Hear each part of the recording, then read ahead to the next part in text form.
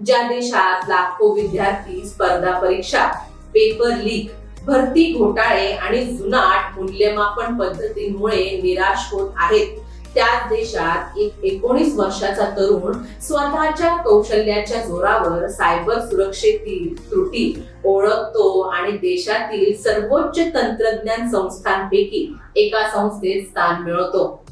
हा विरोधाभास आपल्याला काहीतरी सांगत नाही का? प्रश्न फक्त निसर्गाचा नाही, तर अशा हजारो प्रतिभावान विद्यार्थ्यांचा आहे, जे पारंपरिक चौकटीत बसत नाहीत म्हणून दुर्लक्षित राहतात.